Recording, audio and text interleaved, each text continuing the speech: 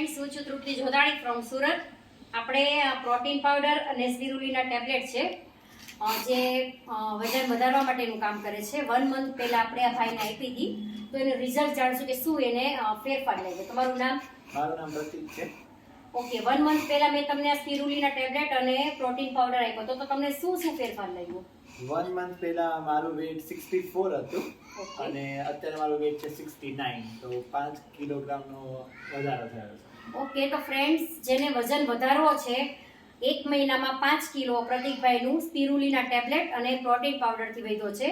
આ ટેબ્લેટ એવી છે, વેજ છે એકદમ, અને આમાં ઈંડા કરતાં પણ 6 ગણું પ્રોટીન છે.